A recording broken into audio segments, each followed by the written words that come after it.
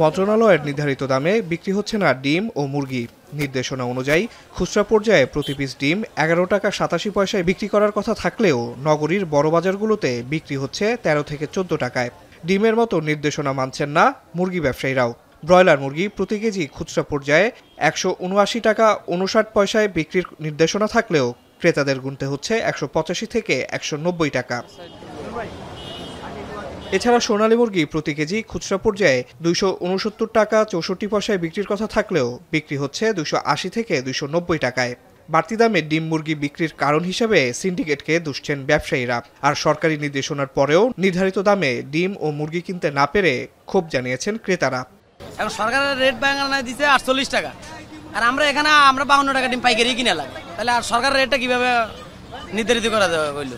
আগে ছিল 260 টাকা 250 টাকা, আজকে হলো 270 থেকে 280 টাকা কেজি আসতে পাকিস্তানিটা।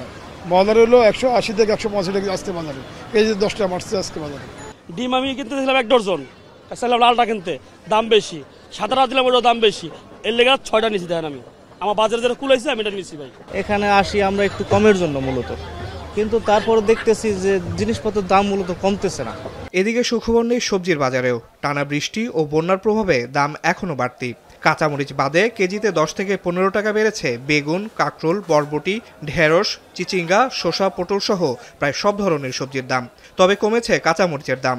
সোমবার 270 থেকে 280 টাকায় বিক্রি হওয়া কাঁচামরিচ কেজিতে 120 টাকা কমে শুক্রবার বিক্রি হচ্ছে 160 টাকা কেজি দরে।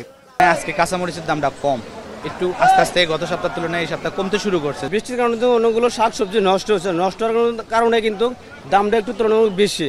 আবার যে সময় আমদানি হয়ে যাবে ওই সময় দামটা একটু কমবে।